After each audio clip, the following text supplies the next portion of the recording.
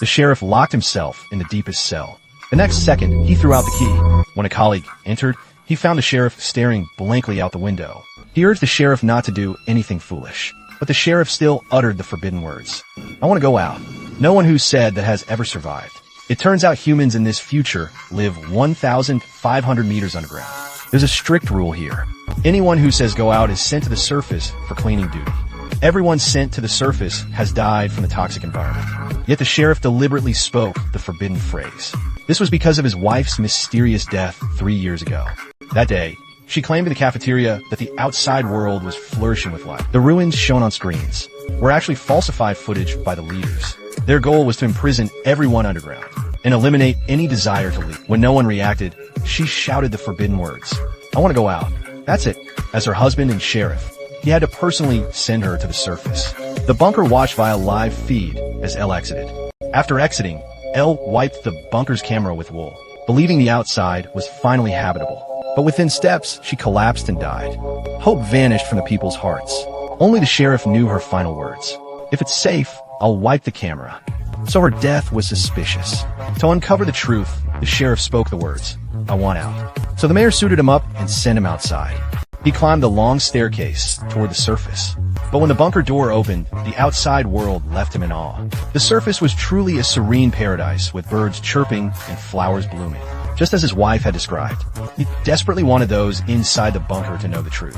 So he raced back toward the bunker's camera and wiped its lens with a wool rag. Yet the bunker's screen showed the exact opposite scene. They saw the sheriff entering the wasteland ruins. As the sheriff approached his wife's body, overwhelming dizziness struck him with every step. Suspecting toxins trapped in his suit, he did the unthinkable, removed his helmet. His body was already failing, and soon he collapsed beside her. Hope for survival was crushed again. Only one woman realized. The sheriff's final act held meaning. The night before, he'd led the sheriff to a sealed tunnel. Inside, eerie symbols covered the walls, which he seemed accustomed to. They emerged through a breach onto a platform. When lights flickered on, a colossal drilling machine was suddenly revealed. He guessed it malfunctioned during excavation, prompting its concrete entombment. They descended a wall-mounted ladder, retrieved a camera from a box, and followed a fishing line. Behind an iron plate, they pulled out a cloth bag, containing the hard drive found by the sheriff's wife.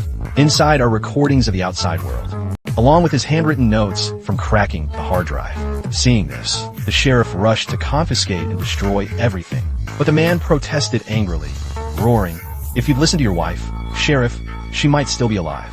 The sheriff froze at these words. His wife remained an unresolved guilt. Hesitating, the sheriff warned Juliet to lay low, as discovery by management would mean death for them all. He then left with the hard drive and decrypted files. Later, news arrived of the sheriff's exile.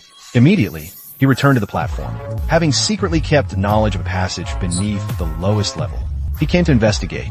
The area below was flooded, a terrifying sight for someone with abyssophobia. But with everything at stake, he pushed forward, securing a rope and using his headlamp. He descended slowly. Nerves made him fumble mid-climb. His headlamp plunged into the water. He had to descend blindly through darkness. Just before reaching the water, the silo's generator malfunctioned overhead. As generator chief, he raced back immediately. Seeing his apprentice enter for repairs, Alice intercepted him. When she resisted, he knocked her down with a punch. Post-crisis, their superior confronted Juliet, berating him for drunkenness and a 2-hour absence, plus assaulting his devoted apprentice. But Juliet raised a grave concern. "Our bunker generator has critical issues. The generator must be shut down to fix it permanently." But the boss argued that the bunker's generator had never been powered off in its entire history. A 5-minute blackout would plunge tens of thousands into darkness, sparking panic. He couldn't take that gamble. Juliet countered that temporary darkness was better than letting the generator fail completely and doom the bunker. The final decision from above mandated only temporary patches for the generator. Suddenly, the generator surged with high pressure, shaking the entire underground complex violently. Mayor Sanders, who happened to be present, learned of the critical failure. Juliet decisively entered the generator for emergency repairs. After her intervention, the generator's pressure stabilized. The mayor witnessed her expertise and was impressed. He immediately appointed Juliet as the new sheriff. She refused without hesitation. "I'm good at tightening screws," she said, "but hunting criminals? That's just asking for trouble." The mayor then produced the sheriff's badge, revealing it was the dying wish of her predecessor. When she reported to the office, she found Mayor Sanders murdered. The bunker's outdated security failed to capture the killer's identity. News of his death would cause widespread panic. Judicial officer became acting mayor per bunker protocol. Newly appointed Sheriff Juliet now bears the burden of finding the killer. Juliet discovered he'd been assigned to the former sheriff's office, where the ventilation pipes kept making strange noises. Just then, brought Juliet's laundry to visit him. Though appointed sheriff, he hadn't earned everyone's respect, having previously been just a low-level bunker laborer. Still suspected him of theft during his time below, but couldn't object due to the former mayor's appointment. On his first day, he found a mysterious note on his desk. Before deciphering it, his subordinate burst in, reporting citizens being beaten downstairs. Turns out this man had secretly hidden an affair from the mayor. He accused the thug selling fake drugs below of killing the mayor. With no proof, the sheriff dragged him away. Juliet went to the recycling depot for the late sheriff's belongings, especially the seized hard drives and decrypted blueprints. But worker Coco said those weren't found during cleanup. Meanwhile, the Justice Ministry's bald officer visited his room. Announcing the minister would remove Juliet as sheriff, he suggested waiting it out, since unpopularity would make her resign voluntarily. That night, returned to sleep. A stranger ambushed him, choking his neck. His decades of police training helped him break free. As he reached for his bedroom shotgun, he found it missing. The assailant stood behind him, aiming the shotgun. Meanwhile, Juliet returns home, hearing another strange noise from the exhaust fan. She turns it on, only to find a fishing line with a metal ring inside. She carefully follows the line and pulls out a bag of documents from the vent. As she's about to secretly check her deceased husband's insurance amount, someone suddenly starts banging frantically on her door. The man at the door wordlessly hands her a note, stating that the deputy sheriff was murdered in his home. But when the sheriff arrived, others had already cleaned up the scene. They've appointed a bunker civilian as the new deputy sheriff. As he tries to seek justice, Minister interrupts him, explaining his concern isn't finding the murderer, but maintaining stability within the bunker. After they leave, Juliet searches the deputy's room and finds a note in his pocket, listing suspects in the late mayor's investigation. She pockets the clue and goes to acting Mayor Bai's office. Eager to investigate, but Bai remains calm, sipping the mayor's wine instead. He's contemplating how to legitimately assume the mayoral position. A bald man suggests declaring their deaths accidental and burying both in a joint funeral. This would divert public attention and spread a heartwarming story about them. Yet at the funeral, all faces remain expressionless, since romantic relationships require official registration here. But Bai prefers rumors of forbidden love over murder discussions. It's better than causing widespread panic. After the funeral, Juliet investigated the suspect list from a note, but several she checked had solid alibis. She first sent the new deputy to lunch, then went to Pat's house, the man who fought the deputy earlier. Getting no response after prolonged knocking, she pried the lock open with her badge and slipped inside. Soon she found a box in his cabinet containing rat poison and portraits of a deceased mayor. Just as she thought she'd found the killer, a neighbor outside revealed Pat doesn't actually live here. Juliet then headed straight to Pat's workplace. After probing him and confirming he wasn't the murderer, she took him to a secure hiding place. Back at the station, Deputy Paul reported. His contacts in judicial uncovered a suspect named Ralph. The clever Juliet staked out Pat's residence, and when the man realized he was exposed, he fled wildly. This coincided with an ongoing bunker marathon, putting them amid runners ascending the stairs. Amid the chaos, the man grabbed her and threw her over the railing, attempting to send her to her death. As Juliet struggled, she snapped his finger. The pain stopped him from pushing her further. With no foothold on the stairwell's exterior, just as she was falling, two runners pulled her to safety. Meanwhile, the fleeing man approached Judicial's door when the bald man emerged, warning only his apprentices may enter, and forbidding disclosure of what lies beyond, including your own family, wife, and friends.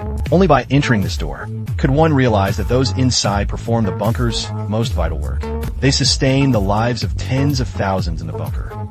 And crucially, their own disciples must embody self-sacrifice. Do you possess the spirit of dedication? Yes. Are you willing to do anything to serve and protect the people of the silo? Yes. Are you willing to give everything? You have to serve and protect the people of the silo? Good. After this oath, the bald man demanded total commitment. Next day, Judicial's Lao Bai approached Juliet proactively, announcing a grand forgiveness festival requiring police deployment throughout the silo, admitting past misjudgment. He questioned why Lao He appointed her sheriff, but now understood after witnessing her investigative skills. During his interim mayorship, she could seek his aid whenever needed.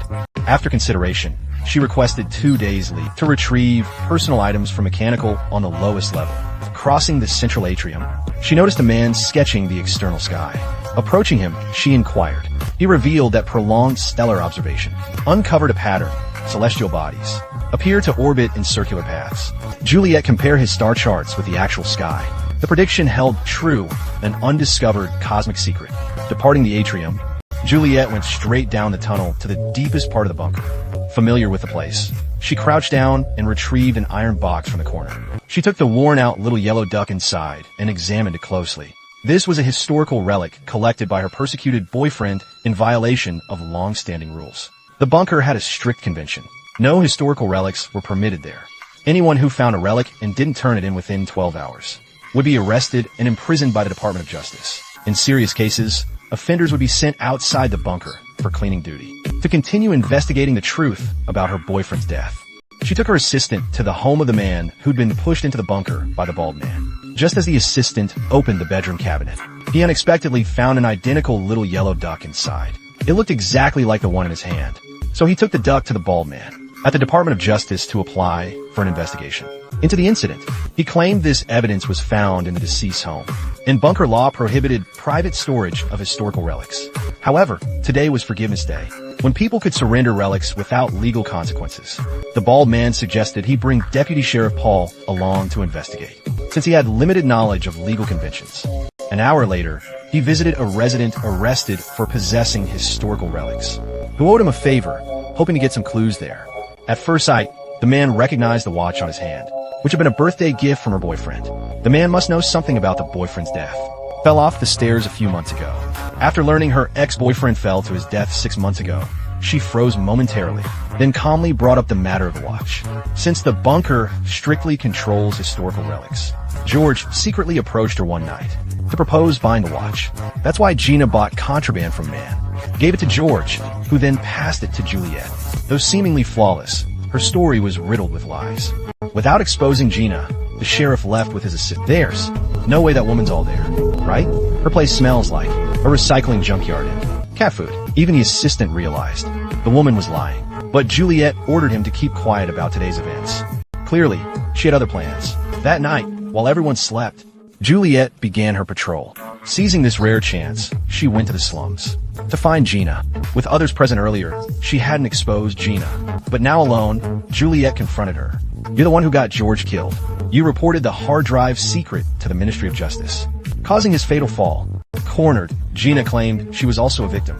A man broke into my room one night and threatened my family unless I answer questions. Lying meant their death. That's how he got George's information. Before leaving, Gina handed her a crucial confidential file. This was a gift from George's mother. Its contents concerned the future of the bunker. So Gina warned him not to be seen by anyone, or the consequences would be dire. Taking the documents, Juliet returned to her room and locked the door. Inside the bag was an illustrated children's travel guide, depicting the real world outside with mountains, rivers, and small animals. It appears they're truly imprisoned in the bunker, while the management secretly monitors his every move. It's the middle of the night. You need to see this. Just as the assistant prepares to report this to superiors, the bald man intercepts him. He tells the assistant to stand down, planning to play the long game. After seeing the album, Juliet rushes to the asylum to find the matriarch, who must know the bunker's hidden secrets. Before she can ask, a nurse reveals the woman has advanced dementia. The woman is now incoherent, muttering strange phrases. When Juliet suggests taking her outside, the nurse firmly refuses. Management has confined her. It's impossible. Juliet reluctantly leaves the asylum. She waits in the bunker's residential sector for her physician father. She begs him to use his authority to arrange a private meeting with a matriarch. Moved by her plea, he decides to risk everything. At the hospital, with a few words, he gets the nurse off duty, entering the old woman's ward while avoiding internal surveillance. He stealthily wheeled her out. Meanwhile, Juliet anxiously paced in the nursery. Where her father brought her here, Juliet urgently asked if she remembered herself. Her father explained that nurses had deliberately injected her with tranquilizers to maintain her dementia. As a nurse's shift change approached, he urgently administered a counteragent to neutralize the tranquilizers.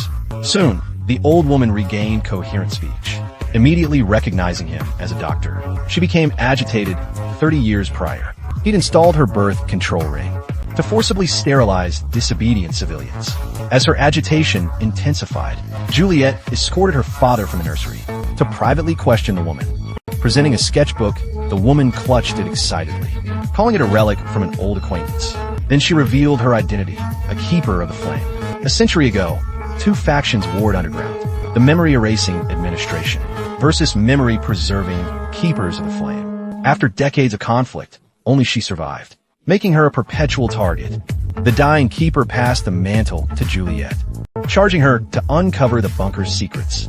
Meanwhile, in surveillance, the bald officer noted Juliet returning the woman to her ward. He instructed his assistant to immediately find out where Juliet had gone. Returning to the ward, the elderly woman suddenly noticed the flowers before the mirror were missing. She suddenly recalled that Sheriff Hay had visited her recently, and the flowers he brought were placed exactly before that mirror. Juliet suddenly remembered Sheriff Hay's message to double the flowers in front of the mirror. Now she realized this proved every mirror in the bunker was a surveillance tool used by the authorities. The elderly woman added that when Sheriff Hay visited, he barely spoke to her. Instead, he spent all his time repairing the ventilation ducts. Seeing this, Juliet hastily grabbed a cloth and covered the mirror, instantly blinding those in the surveillance room. The bald man, sensing trouble, immediately dispatched his men to arrest them. Meanwhile, Juliet retrieved from the ventilation ducts the hard drive and decryption materials she desperately sought. By the time armed soldiers reached the ward, she had vanished without a trace with the hard drive. Risking her life, she evaded multiple Justice Department raids and reached the hospital nursery. There, she booted up her father's computer, inserted the hard drive, and tried to access the files that had cost so many lives. But the screen displayed terminal access prohibited, insufficient privileges. With no other option, she temporarily hid the drive. At the police station, she found her office completely ransacked. That's not going to happen, Wheel. Help here after the man checks the backpack and finds no trace of the hard drive. He prepares to withdraw, but he seizes this moment to counter-accuse, citing the bunker's laws. The Department of Justice and the Police Department are separate law enforcement entities. Neither has the authority to search the other's premises. But now the bald man ordered his men to conduct a thorough search of the police station. This is clearly a violation of legal procedures. Meanwhile, in the bald man's office, he was raging at his subordinates. Does this plug into a computer? No, sir. Did the warrant say to bring back useless fucking office supplies? That's all we found in the office. Then you didn't look hard enough. I told Maddox you'd be screwed. Maddox, you're under arrest for breaching investigation. Protocol. Are we just making up crimes now? Article 1, Section 14, Subsection 3, Paragraph 12. An illegal search and seizure. Section 23, Subsection 19, Paragraph 6. Miss Nichols, I had nothing to do with that. Search. Your agents violated protocol, and I'm holding you accountable. If you don't like it, you can file a complaint with Maddox. Now cuff him and take him upstairs. Without hesitation, the assistant produced handcuffs and restrained the bald man. After everyone left, he locked the office door from inside. He began searching the room for classified documents about the bunker. After an extensive search, he finally discovered several top-secret files hidden in a drawer compartment. To his shock, they contained detailed records about his mother. His long-deceased mother had been under close surveillance by the bunker. Juliet headed straight to her father's hospital after learning the truth. All these years, he believed his father leaked secrets to the bunker, which led to her mother's death. But the truth was, management had installed hidden cameras in every room, which is how her mother's secret was discovered. After clearing the air, Juliet confessed she had the hidden hard drive. Oh, I tried accessing it through her computer, but I couldn't open it. It requires special. She asked her father to do her a favor after she left. He secretly went to Walker's house to relay meeting details, as only Walker could access the hard drive.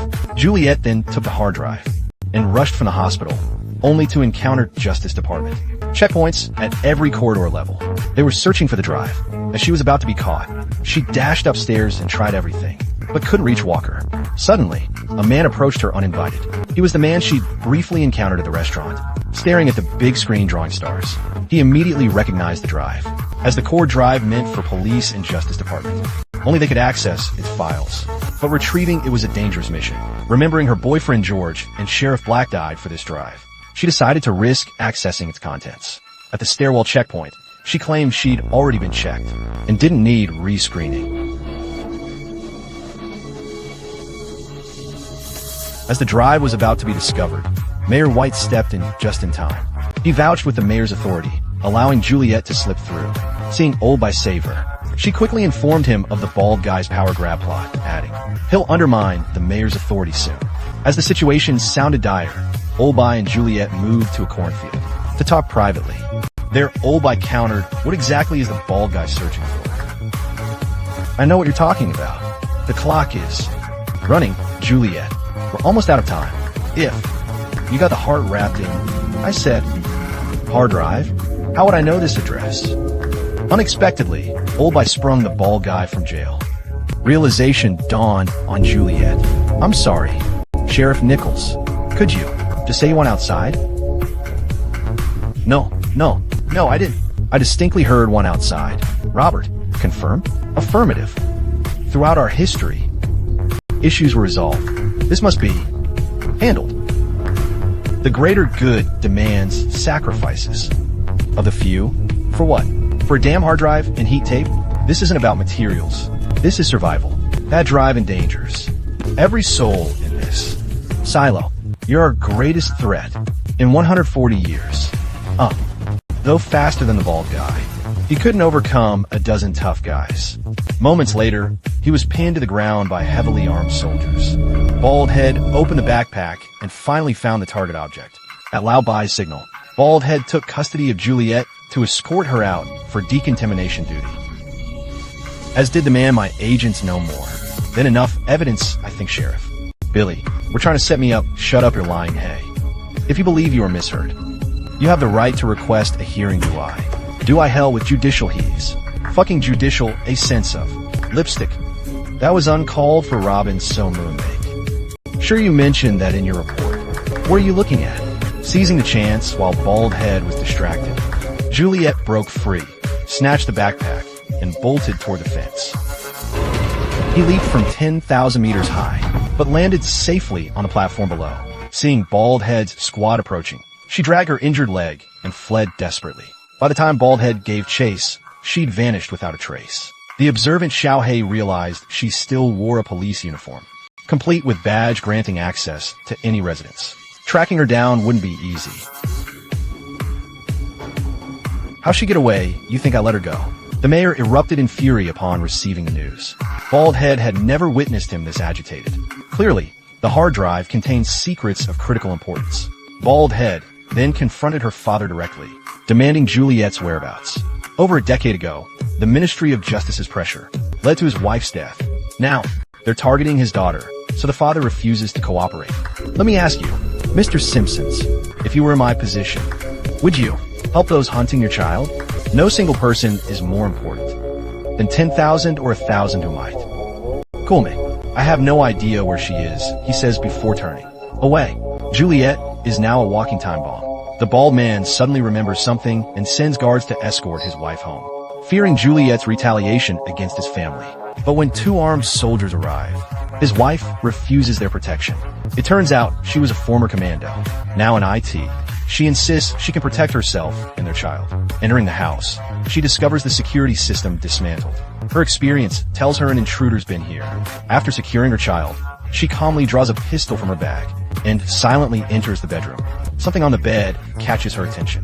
As she examines it, a knife presses against her throat. "Not to hurt you, but I will, if I have to," Juliet warns, seizing the pistol. She aims at the woman and tosses her handcuffs. At gunpoint, she complies, handcuffing herself to a pipe. Juliet then meticulously removes all potential weapons within reach. "Toss it." He booted up his computer and connected the hard drive. Using Baldy's clearance, he finally accessed the countless files inside. Meanwhile, Xiaohei infiltrated Juliet's residence, searching for clues about his upcoming cleanup mission. But the Justice Department had already scrubbed the place clean, only finding a shard of mirror beneath the table. Holding it to the light, he examined it closely, discovering it was a one-way mirror. Undeterred, he combed through the bathroom, noticing something off about the rear cabinet. Peeling off the sealant and pulling gently, he revealed a hidden compartment with a faded craft envelope. Frantically untying the cord, he extracted the fairy tale book. His hands trembled as he saw its contents. Tears streamed down his face unwittingly. He'd never imagined living in such an elaborate lie. Regaining composure, he tore out a page, fed it into the fireplace, then incinerated the book. Meanwhile, Baldy received critical intel. Juliet met a star-drawing man in the lobby before fleeing. They hauled the man to the mayor's office. Under intense questioning, the coward surrendered all hard drive details. The mayor ordered tracking on hard drive number 18. Any connection would expose its location. Got it. That drive's connected to a computer in a level 17 apartment. Yes, sir. Apartment 114. You gotta be kidding me. Clear. The stands extend down to level 17. It can't be a value. Raider, that was above and below. Just then, while Juliet, baffled by the complex folder, was engrossed, the bald man's wife behind her quietly retrieved a key from her pocket. At that moment, Juliet discovered a folder named Start Here, and upon opening it, witnessed an astonishing sight. A video message from her boyfriend, George. As Juliet stared at the screen, the bald man's wife crept closer. She warned Juliet that connecting the hard drive to the computer would reveal their location. Their only choices were to flee immediately, or be captured and killed. Just then, the screens in Mayor Lao Bai's surveillance room began flickering out, followed by the camera at the bald man's doorstep losing signal. When he rushed home with his men, only the mother and son remained. Later, his wife confessed to letting Juliet escape. Go. I knew you'd come with a bunch of raiders, fingers itching. I ordered them not to fight. Yvette, receive those orders too. I know what could happen. Meanwhile, bunker security intensified. A blonde IT guy slipped through security and arrived at an apartment door. The door opened to reveal the black market relic dealer. But the IT guy froze upon entering. Sheriff Juliet stood there, very much alive. Without hesitation, he handed the hard drive to the IT guy, who unexpectedly hacked into it and evaded real-time surveillance tracking. Juliet rewatched the video message from her boyfriend George. About 15 feet high. Solid metal. I can't get through this barrier, but you might. Imagine it. You're wondering how I handled the water issue.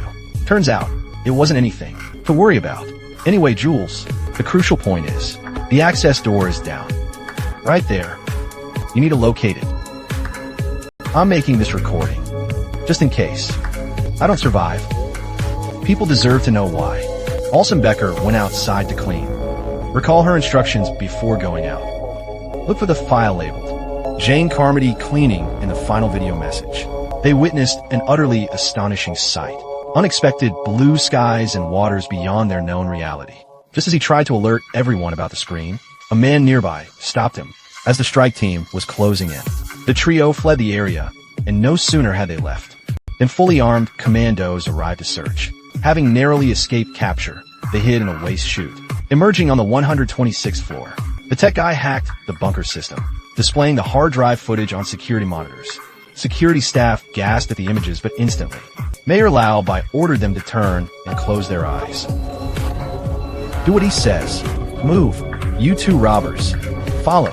He sat before the screen and shut down all surveillance to prevent anyone from seeing. What you have just seen will be forgotten. Meanwhile, Juliet continued descending toward the lower levels through the garbage chute. Unbeknownst to her, her actions had already been detected by Bernard. Get out through the next hatch. Yvette, been instructed to take you out. Shot. When their attempts to persuade her failed, the deputies hauled scrap metal and dumped it all down the chute. But even then, they failed to hit her. Juliet. At that moment, Bernard ordered a massive iron block to be dropped without hesitation. Seeing this, Juliet froze in terror. She had no choice but to let go and plummet down a shaft.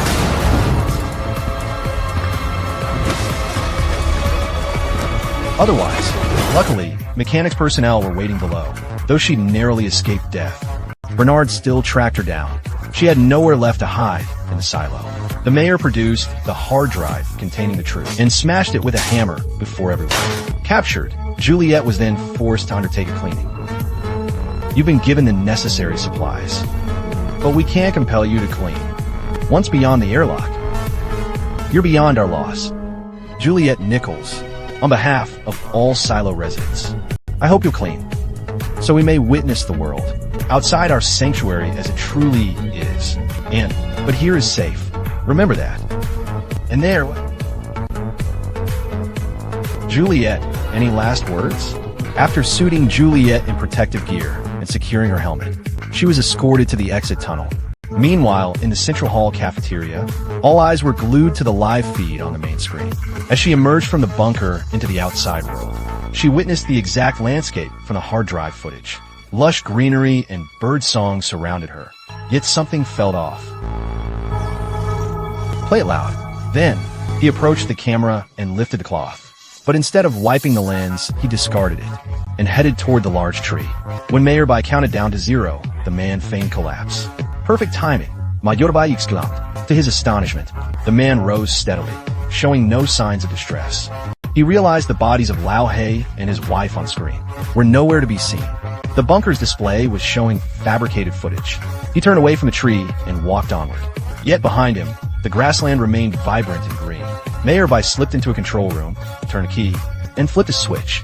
Instantly, Juliet's helmet display went dark. When the screen reactivated, it showed barren wasteland, with poisonous gas swirling across the terrain. Was this the true state of the outside world? She turned back toward the bunker's camera, as if bidding farewell to those within. Then, without looking back, he walked slowly into the distance.